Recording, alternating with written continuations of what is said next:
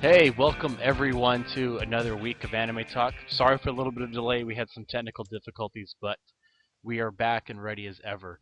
We're glad you joined us tonight. Going to do something a little different, a little change up in the guest setup, but hopefully you'll have some fun with us. So as always, it's me, Joe. This week, unfortunately, Aeroblip will not be joining us. He is swamped with finals and other sorts of stuff, so we'll just have to catch up with him next week. But I am joined by a used to be a regular attendee when we had guests on a regular basis. But Min, go ahead. Hi, so my name's Min. You probably know me best as LVLLon on Twitter and also on Metanorn, which is the anime blog that for which I write. Yep. Yeah. You've been with Metanord almost a year now, right? Or a little Yeah, over I a year? guess I started at the beginning of this year actually. Yeah. So I guess coming up on a 1 year officially it was anniversary. like January 1st, but yeah. Yeah. So if you get a chance, go visit him at Metanord. Metanord's a great site. I know we've had a lot of Metanord guests on here from time to time. It's always been a lot of fun. But tonight, we're kind of delving into a topic that not a lot of people may enjoy, or different people have different opinions about, and that is copyright. So I know, man, you wrote kind of a brief article on Metanorn recently, but for a lot of anime fans, I don't think they quite understand how copyright affects the shows they watch in general, or even how the laws affect how they can be uh, impacted, how a lot of these laws impact how they enjoy the shows they like.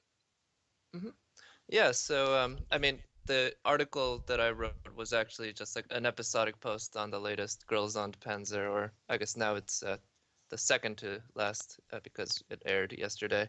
But yeah, I kind of had a bit of a rant where I went on like I guess for the uninitiated, Girls on Panzer last week featured a segment where the Russian tank team was singing for about a minute a tradition. Well, I guess by now it's kind of traditional, but it was a song called Katyushka, or So, sorry, Katrusha.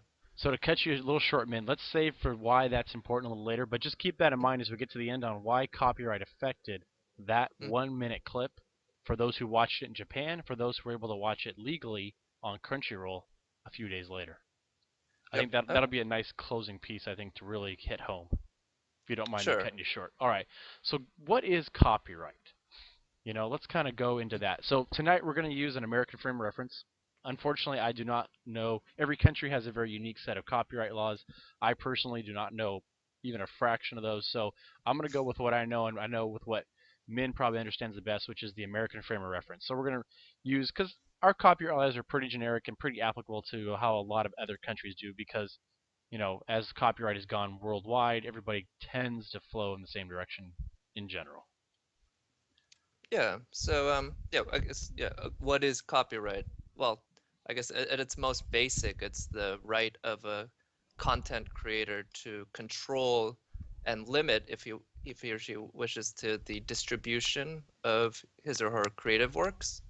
So, intuitively that just means like if a songwriter record or somebody records a song, they own that song and you cannot take that recording and distribute it any way you want, sell it for money and such. It's a pretty basic concept, I guess, that most of us learn about pretty early on, that that you're supposed to pay for these things and not supposed to just give it out and make copies as you wish. Yeah, so in the American Constitution too, there's a very limited scope copyright that grants government granted monopoly for a limited time a right to the works you create. In the original copyright, it was only a small portion of created works that even qualified. I think it was just written books, and I have to go back and look. It's been so convoluted since, but it was only a very limited amount of stuff that even qualified for copyright. But as Right, time has progressed, it's gotten it's gotten broader and broader and broader. right. One thing is, of course, copyright is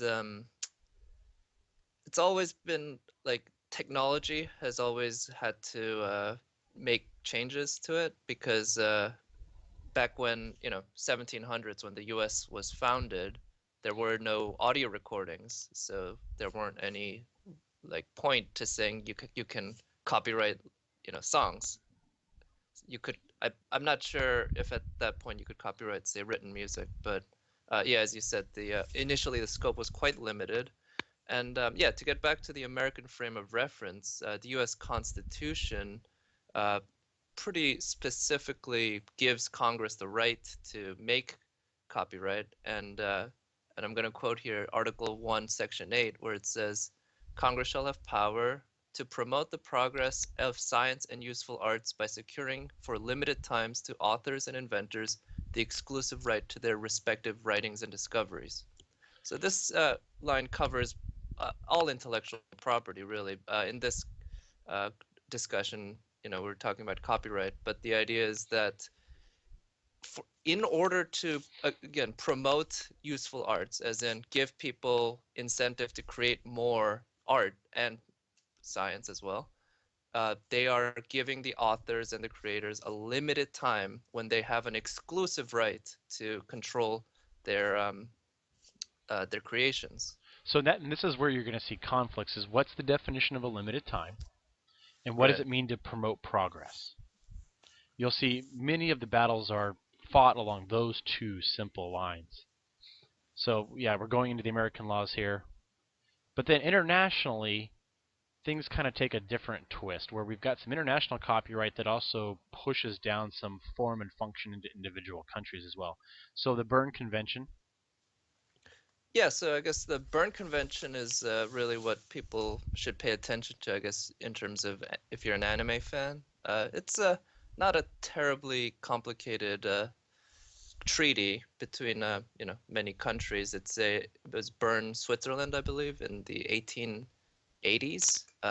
It was kind of prompted by Victor Hugo, actually, to I believe his original goal was to protect authors from international copyright infringement, because up until then, copyright wasn't transferable between countries except when they had country to country agreements. So the Berne Convention basically codifies copyright as being, at the very least, I believe, 70 years or 50 years plus the life of the author, or So and also, yeah, yep. so that stretch of a limited time was, what was originally in the American sense, it was only 7 years or so, is now this, and internationally is a massive amount of time. Right. And also it codifies that the copyright length of any given work is going to be determined by its country of origin. So all signatory countries, all works created in any of those countries are copyright protected in all of those countries, as long as it's protected in the original country it was created in. Yeah. So just know that copyright basically extends worldwide. Anybody who's signatory to this treaty acknowledges that copyright is granted worldwide based on the country of origin, which is significant. When we Right. now, because when this was written, the worldwide economy didn't really exist. And 100 years later, well, not, Hmm. yeah, I guess 100 years later, we have a massive global economy. So now it's a whole different can of worms. Hmm. So, what are the biggest influences in the copyright laws today? And most of these are going to be pretty obvious to you guys. It's going to be big corporations and their money.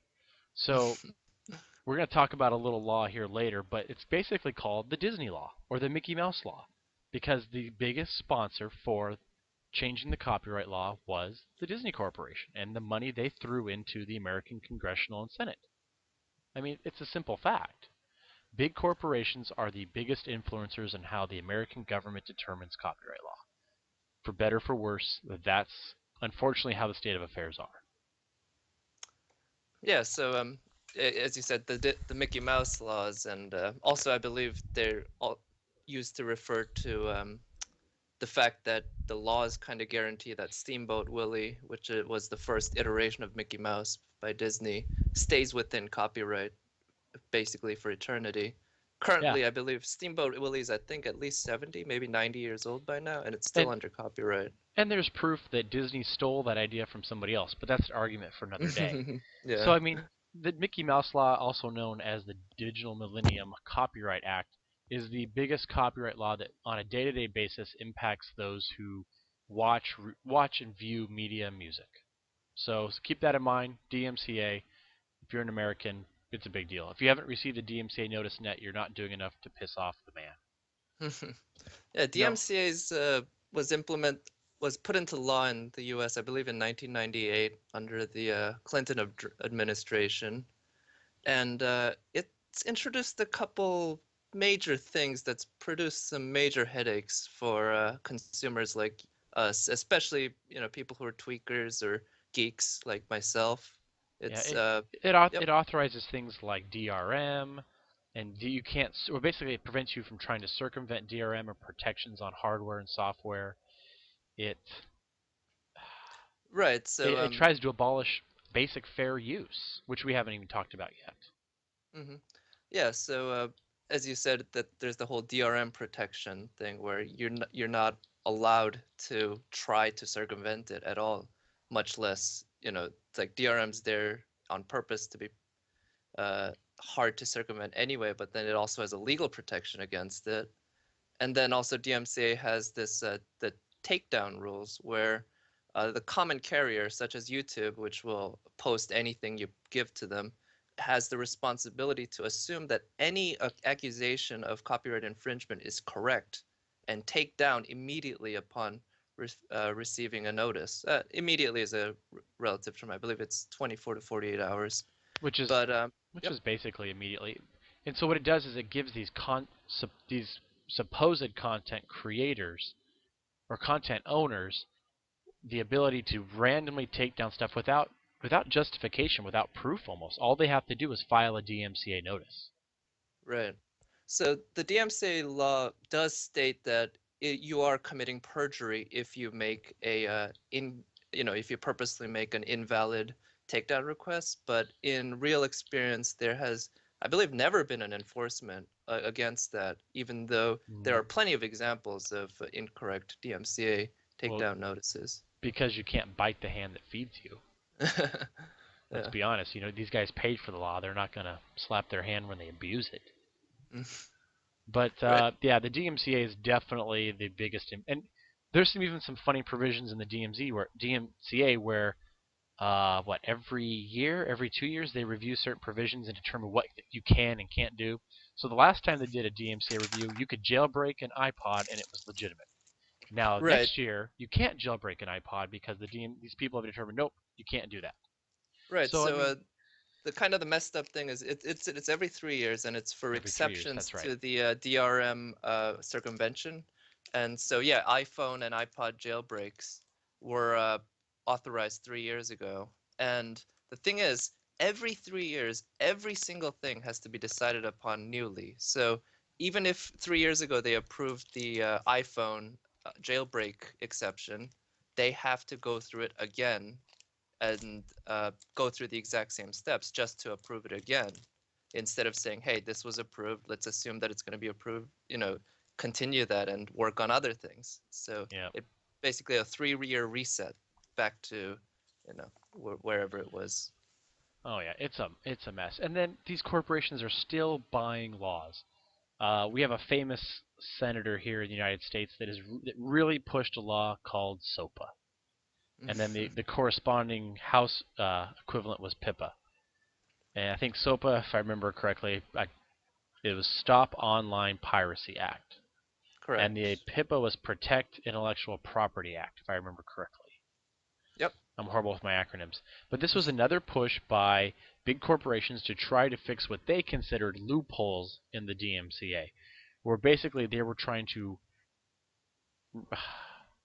take away more of the what was originally rights of people making derivative works, of satire, of fair use, and trying to restrict that down to an even more limited and controlled scope, and then even apply stricter penalties to those who violated those provisions.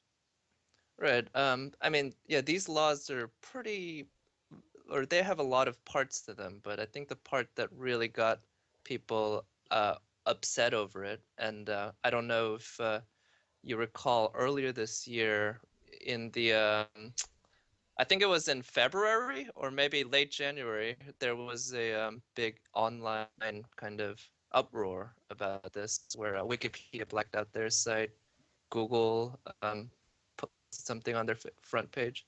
But the what really got the internet upset was this idea that basically owners could go to the government and point to overseas websites and say, hey, that's a pirate. Could you please block access to them from the US?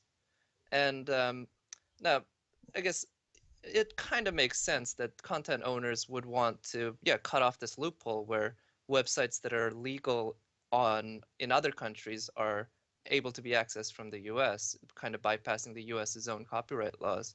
I kind of get that. At the same time, though, knowing how much DMCA has been abused, where it's become a carte blanche, where content owners can just say, I want that video taken down, you have to do it. I'm uh, knowing that and knowing that this would give them the power to basically take down any international website, any website that's not in the US could be blocked from the US just by a content owner telling the government, please block it. That was what I believe really got people upset, and And it was for good without, reason. once again, it was without proof. They didn't have to actually show just cause. I mean, there was some minor provisions there, but all they had to do was make the accusation, and that was enough. Right, right. It was far below, say, the level of evidence required for, say, a warrant or something like that. It was just, yeah, basically, we ask and they'll do it. Yeah, which all I can do is, Yeah, I mean, you guys can't see me, but I'm shaking my head and sighing in disgust because it's terrible. The biggest problem with these copyright laws is that it tries to give more power to the content holder without any sort of analysis of the impact on how it affects the market and all the derivatives that are usually come from all the derivative products and content that is created when derivative works and fair use is allowed. yeah. You So, know, it's Joe, supposed. do you mind if we, I guess, kind of rewind a bit and talk more about just the basis of copyright, right? Because It's we true. We kind talked of skipped about, over that a bit, didn't we? yeah, we talked about what copyright is, but so why does it exist, right? That's one question. And I think early on, we're all, again, we're taught that it exists and that it's a right, good thing, but what's the rationale for it? Because True. with intellectual property, it's kind of difficult to make the case that if somebody owns something, you should not be able to copy it because copying it does not reduce the utility of what the person owns at all.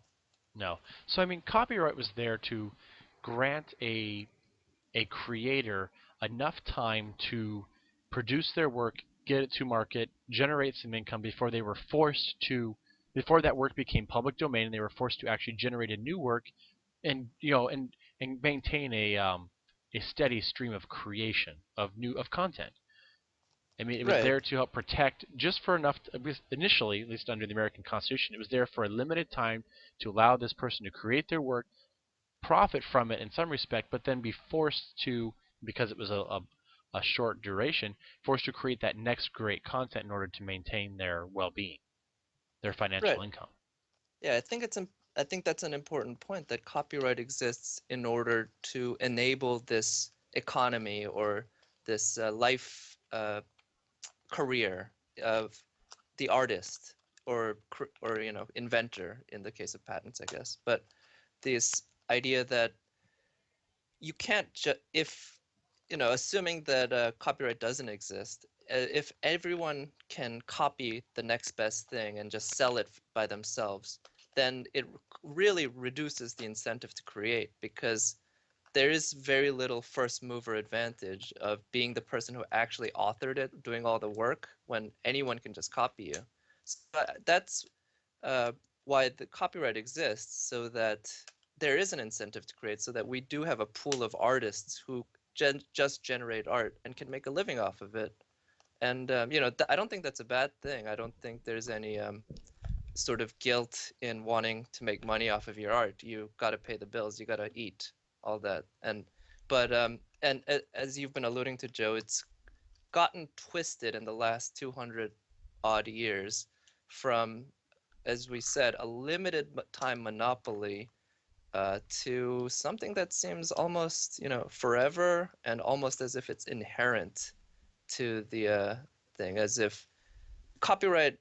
exists because there's an entire governmental system supporting it. Without it, it doesn't. There is no inherent copyright. I guess that's the point that I want to make. Yeah, and it's a complete disaster how it's been changed through the laws in 1970, DMCA in 1998, and then the stuff they're pushing now through SOPA PIPA, and then internationally with treaties such as the ATCA and TPP. The TPP is Trans-Pacific Partnership. Sorry, I don't remember that one. Yeah, it's a newer one, and it's completely secret because it's for the best interest of everybody if they keep it secret. Oh, right. Yeah, and that was a big deal with ACTA. Yeah. So not only that's a good point. Not only are these corporations paying these senators and congressmen to create these laws, but they're telling them don't make this public. We don't want anybody to know about it until it's passed and approved. There's no open oversight. There's no public input. Nobody knows about this stuff unless somebody leaks it or it's done. It's made into law or it's made into treaty. So there's all these back doors. There's all these backdoor ways these corporations are trying to, in the end, hurt the consumer and and distort the sole purpose of copyright in the end. Yeah. Sorry, I just lost my train of thought. Yeah, there's so much going on. It's one of these messes. It is. But yeah, I guess kind of getting back to what we were talking about earlier, I think it'll be good to put some numbers out there, which is that when U.S. copyright was first put into law, that was in 1790, and it established a 14-year copyright length. That's right. It was 7 plus 7, wasn't it? Or no, actually, it was 14 plus 14. So okay. It was 14 years initially, and then 14 years later, if you decided you want to renew it, you could for another 14-year term. But that was it. 28 years max. True. Yep. And then it got extended in 1831 to 28 plus 14, and then 1909 to 28 plus 28, 56 years. That's getting up there, but still within a lifetime, right? Well, that could be beyond the lifetime for some people, especially when talking about the time frame. But that's true. Yes. But then we get to something really ridiculous, which I guess the Berne Convention of the 1880s helped establish the idea. But in America, it was only in 1976 when copyright got extended for written works to life of the author plus 50 years, or 75 years total if the author was a corporation or if the author was not known, something like that. Yeah. So it's life of the author plus 50, which seems to be close to 2 lifetimes, really. And well, yeah, let's say you created something when you're 25 years old and you die when you're 75. You got 50 years there, then another 50 years on top of that. Right. So it's effectively infinite for anybody who's living when that work is actually created.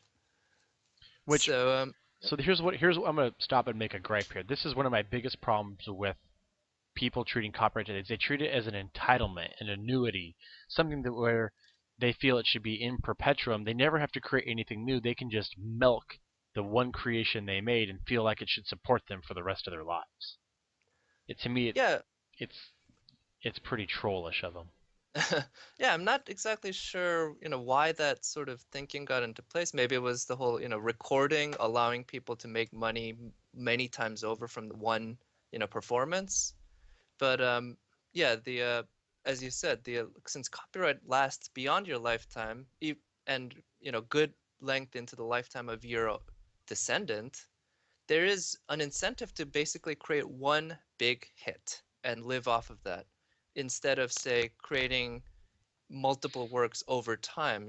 If when copyright was only up to 28 years, hey, if you made a huge hit, maybe you could keep making money for almost 3 decades off of your work, but then you'd kind of have to go back and do something else if you wanted to keep making money. Here, you just make one big hit. That is such a huge reward if you can do that. Yeah, there's very little incentive to keep creating. You just, one big thing. So moving on here. So we've talked about how these things impact you, and so how these things are created. But how does, as an anime fan or as a just as a content consumer, music, video, whatever, how does this really apply to us as content consumers? So, as an anime fan, fan subbing and scanlation stuff is basically illegal. Right. I don't think And it's there's really much controversy over that, I guess. It's again, it's uh Japanese copyright laws cover their works. I'm not sure exactly what their terms are, but I believe it's somewhere similar to America, where right now it's life plus 70 or 95 years if it's owned by a corporation. Yeah, so with fan subbing and scanlations, you have this copyright infringement. I'm gonna wait. Maybe I should define this term real quick. The difference between infringement and theft. So many it's a good semantic point. Many corporations will say that you are stealing their content when you make a copy of it. Technically, you're not. By the definition of theft, you are not actually stealing something. The original is still intact. It's still valid. It has not disappeared from the content owner's hands per se. You're actually infringing by making a copy that is no longer under the control and purview of the content owner. So we're going to use those terms. We're not going to use the term theft when we talk about fan sub, a scanlation, things like that. Those are infringing works, not stolen works. And hopefully you guys understand the difference between copyright infringement and product theft or actual theft of something.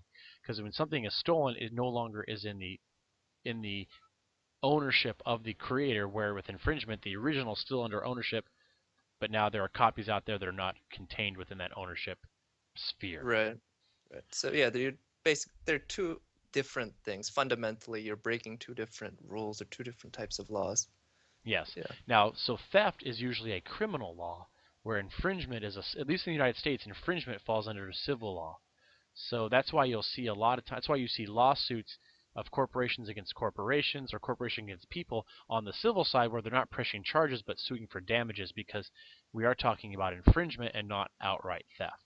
Now, if I Hmm. went into Virgin Records and stole the original copies of some music, the only ones they had, that would be outright theft, and that would be a criminal thing. But so going back to that, these scanlations and fan subs are infringing works of the original content that was created, and therefore they fall under being as an illegal or an infringement work under copyright law. So just keep in mind, every time you download a fan sub, every time you download a scanlation, technically you're committing a civil penalty, or you're committing something that breaks civil law, at least in the United Right. States. Right. I will note though, however, fan subbing is not illegal. You're allowed to sub the work, and you're even allowed to distribute the subtitles that you yourself transcribed. So, True, because tech, that's a derivative, or actually, you're not really derivative. You're translating something that is a literal fact. It's like watching a right, baseball game and recording the stats. You right, can't change the fact that somebody said something on a public airwave. right. So, so theoretically, fan subbers could go legit just by distributing the subtitle files, but of course, there really is little reason to do that since very little, well, almost none consequences exist right now. Yeah. So just keep that in mind, guys. I don't think that was any shock to any of you that are listening to this tonight. You know, but fair use does cover those who do blogging activities, whether that's anime or they blog TV shows in the United States, because when you are discussing a show, it's in a way it's like the news. You can't copyright facts or what's the right way to put this? I'm trying to think of the right word. You can't copyright Well, dialogue of something. facts are accounts of events or of actual things that happened. Yeah. People are allowed to repeat that. Now, in the case of blogs, of course, simply writing an article about anything, any copyrighted media, that's fine. And even, the screenshots are fine, the stuff that you see in blogs, or even little short clips, as long as they are accompanied by commentary, as in they are kind of necessary for the commentary. Yes. Um, so, I could imagine certain sites not where they just, it's just a little blurb and then a ton of screenshots. Maybe that might be in the gray area, but really it's all covered in that. As long as you have your own critical content or commentary of some sort, screenshots are okay. Even short clips are okay. Yeah. So for those of you that are doing anime blogging or blogging your favorite TV show here in the United States, as long as you keep it down to the minimal content necessary to create your dialogue, you're probably going to be okay. Nobody's going to come after you. Hmm. Now, this is where things get tricky because we do have international copyright laws, but because copyright is different in every individual country, taking media legitimately from one country to the next becomes a sort of a very careful legal dance at times. So let's go back and finish your comments about Girls on Panzer real quick. So Girls on Panzer had a great 1-minute clip of them singing a very famous traditional Russian song. The song was created, I believe, in the 1930s. Yep, 1938. 1938. There we go. So this song is over 70 years old. Correct. But so in Japan, this show was broadcast on I believe on a cable channel, correct? I don't know. Something Sorry. like that. But Crunchyroll has the rights to restream this. They call it simulcast when it's really not. It's a few days later, but they have the Right. rights to stream this in the United States and other countries at a later date. Hmm. But it was missing that entire 1-minute clip of that song. Right. So, and one thing I'll state here is that Crunchyroll has not officially said anything, and I believe the Girls and Panzer producers haven't either, about why that was missing. So this is all based on the theory that copyright issues were what was holding it up, which, I mean, to me, that seems like the most plausible, least complicated reason, because, why else would you cut out this section of this show that happens to have a minute of a song that's still under copyright. This song, 1938, written in Russia. Uh, One thing is, and I guess we didn't mention this. This is actually a case of retroactive copyright because in Yes. 1938, Russia and U.S. did not have any agreements on copyright, which meant anything written in Russia at the time wasn't covered under copyright in the U.S. So technically, Katyusha was under public domain in the U.S. until I believe it was 1988 or 1990 Yep. when I forget the name of the treaty, but basically it's said that anything in the USSR or Russia that would have been covered under copyright had they had the agreement in place back then are now retroactively covered under copyright. So, yeah, 2012 Katyusha's covered under copyright because its author died in 1990, which is only 22 years ago, and Russia says their copyright lasts lifetime plus 25. So maybe Girls and Panzer should have come out 3 years from now. Yeah, Yeah. so, but even then, because it's here in the United States, the applicable United States law applies, which means it's life plus 50. Or actually, no, sorry, it's well, it's life plus 70 in the U.S., but I 70, believe sorry. the Berne Convention says it's the length of the original country, not. That's right. So I believe it would still be the Russian term. But I'm not a lawyer. This is not legal No, advice. I don't know. yeah, just so let's make it very clear. We're not offering any legal advice, nor are we covered by any legal firms. We are just interpreting based on the crazy, convoluted, and messed up spider web that is international copyright law. We're concerned citizens. Concerned citizens. If you have a question, please contact your local copyright lawyer or civil lawyer, and they may be able to help you through. But the best guess for this one is that yes, because of copyright concerns, they were only able to pay for enough copyright in the country of Japan and not cover that for distribution in the United States, which probably is because the copyright would have been more expensive here than it was there, based on the market size. Yeah, that's what I've heard basically that, old classic rock songs especially basically songs that would mean more to Westerners happen to cost more to license in the US than in Japan. That makes sense.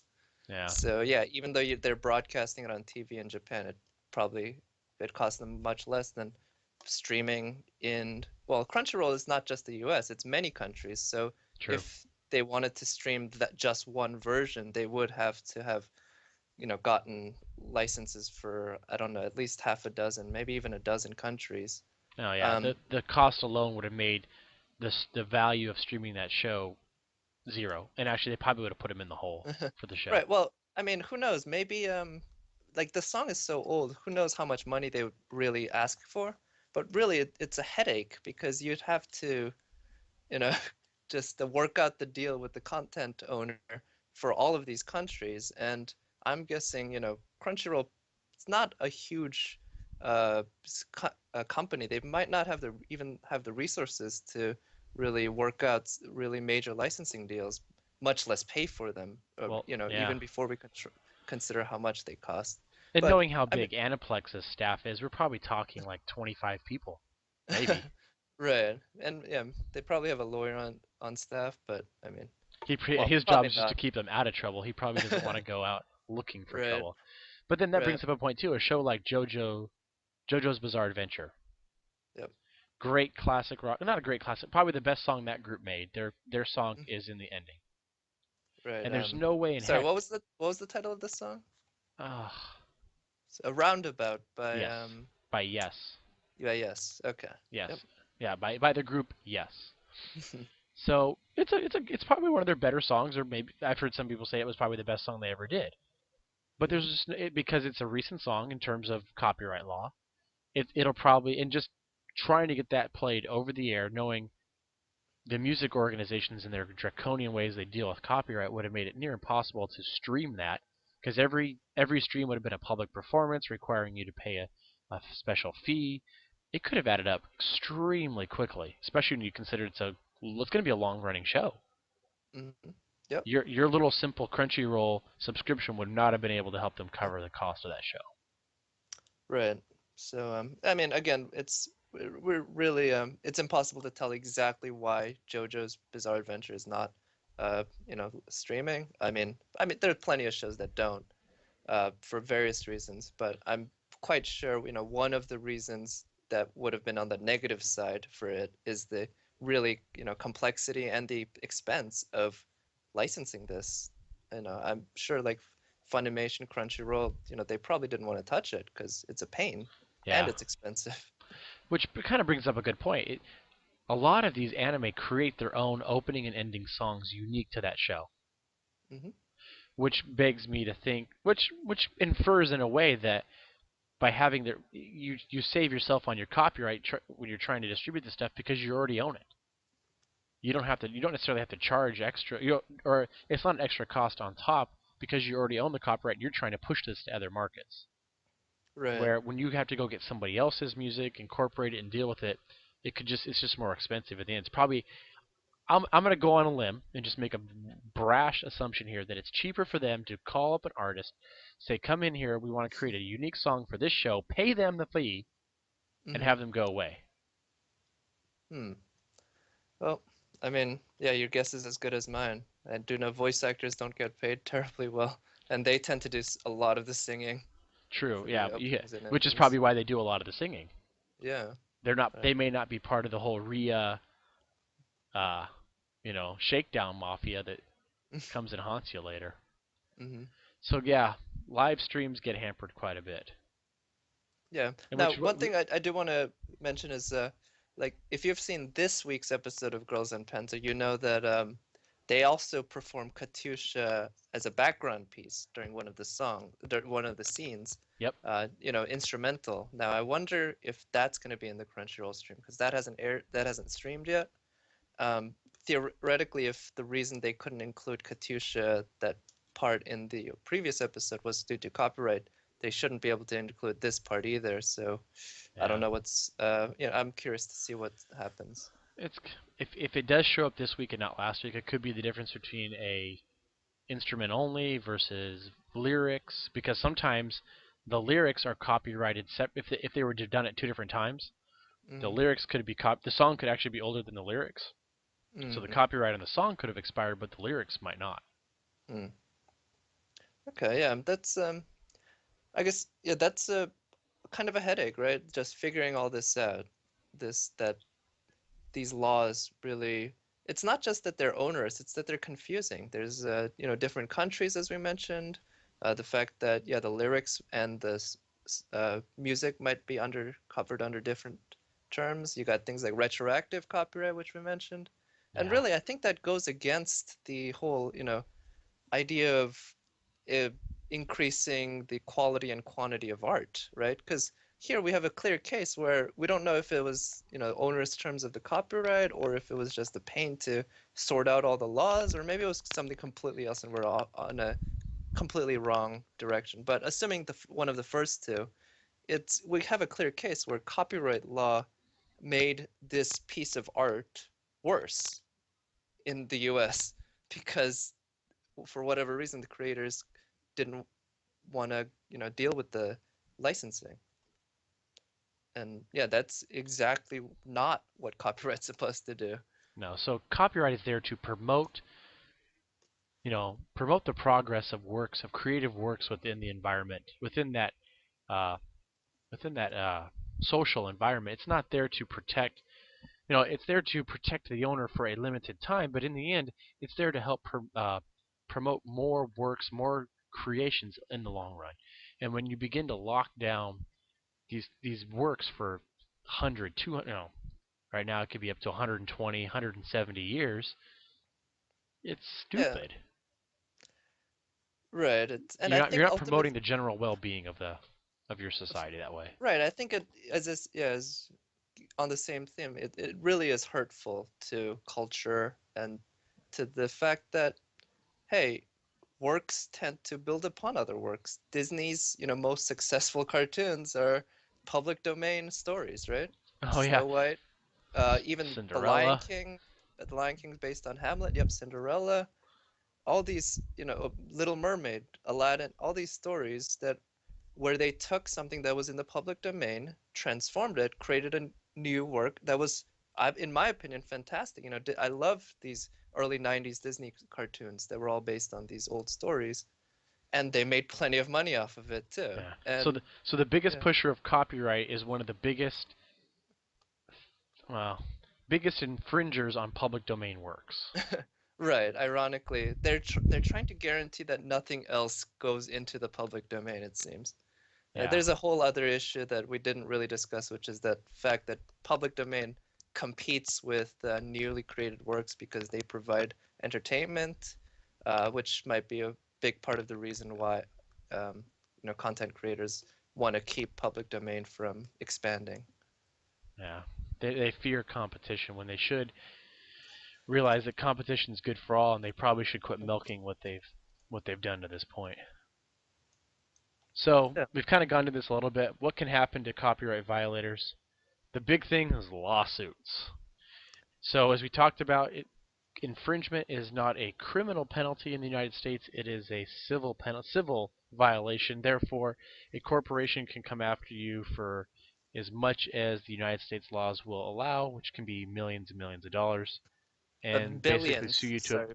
billions at times. Yeah, ask Samsung, billions of dollars. Well, no, So I was actually referring to Jamie Thomas, um, who was, I believe, or who was who lost a lawsuit for, I believe, a handful of songs, maybe 24 something like songs, that. and I believe the judgment was in the. Oh no, sorry, I was mistaken. No, it was in the millions, tens of millions. Yeah. Okay. Okay, so it Yeah, if you wasn't want to go that billions, you ridiculous. got to Okay, talk to Samsung sorry and for Apple. sharing 24 songs. She was only sued for, a few tens of millions of dollars, not, Yeah, just tens billions. of millions. So So yeah, that's your biggest problem. You but can get yeah, you can get a DMCA notice. I've received one myself. oh really? Yes, I have. Oh I downloaded Tamayura. Is that the one with the girl with the camera and she sees yep. white spots? She has the dirty camera. Yeah. I downloaded I hated the show. I can't believe I watched all 4 episodes, but I downloaded it. I was like, wow, this is crap. I deleted it, and 3 days later, guess what? I get a DMCA notice from the American operator for whoever created the show in Japan. Wow. Yeah, Huh. so I do have one DMC notice to my It's your credit. permanent record. My permanent record. Yep. Right. So Yeah, I will say the lawsuits, they were a big issue in the mid to late of the last decade when RIAA and MPAA were just kind of going around suing college students, really.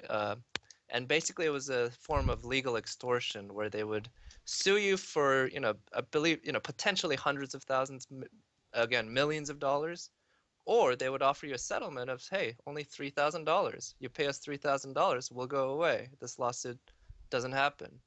And what they would do is sue, hundreds, thousands of people at a time, Yeah. and offer each of them, the settlement, uh, where, and so RIA and MPAA eventually discovered this is not profitable for them. It's also hurting their PR. But other companies have picked up on this. And right now, the big thing is for pornography producers to do this. Because with pornography, there's the added fact that even if you accuse someone of this, that blemishes their name, even if they get away with it. So people Yeah. are Social really shaming. unwilling to, yep, people are really unwilling to go to lawsuit over this, even if they're innocent. So again, they're extorting people, and some lawyers have even gotten into trouble because basically they would give the court a request to subpoena the IP addresses and the actual addresses of all these people who who they caught, on BitTorrent and such, downloading their work, and then refusing to sue them basically because all they're looking for is the $3,000, $5,000 settlement. So Yeah. they were using the court as a way to get their marks, basically. Yeah. So continual abuse. Yep. What else? And I'd also want to mention in the topic of anime, believe if I don't know if it was Funimation, but a company sued 1,337 One Piece downloaders, Yes. 1337 being a pretty significant number to those online. Um, and apparently, I haven't really heard much about it, but I believe they dropped all suits except maybe one. I don't Something. remember, It was something like that. But yeah. but generally, the lawsuit's not something to worry about if you're downloading anime or nowadays MPAA, RIAA works, not really. But if you're into porn, that might be something to, you know. But the bottom line is they will come after you. So just be aware of that. Right. So, man, we've kind of gone through a lot of stuff tonight. We've almost been at this for 45 minutes. We probably should start winding things down. Yeah. Any Um, final thoughts? let's see. I think I covered most of it. Everything with copyright. I'll say, yeah, basically, always learned from the beginning that copyright was something that was, inherent until I thought about it for even 5 minutes and I realized it isn't. And I think that sort of mentality is really dug into people's heads by, by the RIAA, MPAA, these content companies. So I think it's good to think for yourself. Just why does copyright exist, and come to your own conclusion. Maybe you'll decide, hey, it is something that the author deserves, and that's something I disagree with, but I respect that if that's what you really think. But just think about it for a bit, and maybe more people will start thinking about how to make it better. Because right now, I believe we're in a bad situation. Yeah, and there's been a lot of talk I know in the United States about how to fix copyright. You can't go a week without seeing an article about copyright. Heck, even if you want to go to more of a trollish type website, Wired had a series of articles from different people writing it about copyright. You had somebody from IBM, you had people like that were on both sides of the aisle. It was interesting, but copyright is something you will not be able to escape, especially growing up in a digital era where infringement is something that's so easy to do. Yeah, but keep in mind, yeah, that copyright violations are not theft; they're infringement. Um, yeah, just it's one of these topics that nobody wants to get educated on, but is going to impact your life in significant ways in the future. So if you've got the time, spend a little bit of time just understanding how copyright affects you and make yourself a little more knowledgeable. Because, as they say, knowledge is power. Right. And I'm not 100% sure, but I believe, Disney's going to probably try to make another push in the next 10 or 15 years to make sure that Steamboat Willie doesn't enter the public domain. So, when that happens, maybe if more people speak up, make their noise at the politicians, we can prevent this, you know, tide from continuing and start Yeah, pushing. definitely. All right. So as always, guys. Oops. Let me go here to. Thanks for watching. You can find today's show as well as other shows at the website, animeidolog.wordpress.com. We've got a Twitter account associated with the website now, so you can see feeds of posts as they come up. We usually end up posting the podcast and video from this show on Saturdays later in the week. You can find the podcast feed at iTunes. You can search for this podcast as well as our On the Clock podcast there. The videos, if you want to see just those, up on YouTube. Easy place to find them. Just look for my name on YouTube. And if you're interested in doing like what Min's done tonight, coming on, taking on a specific topic and letting us bring it to the masses, you can email me there at the bottom of the screen. So Min, thank you for joining us tonight. Oh, thank you very much for having me.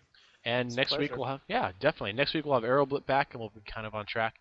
Just so you guys know, next week will be the last show for this calendar year, as the next two Tuesdays after that are Christmas and New Year's. So we're not going to be around to serve some shows up. But so next week, come join us for one final end of year spectacular, and we'll have a lot of fun. Thank you, everybody. Bye.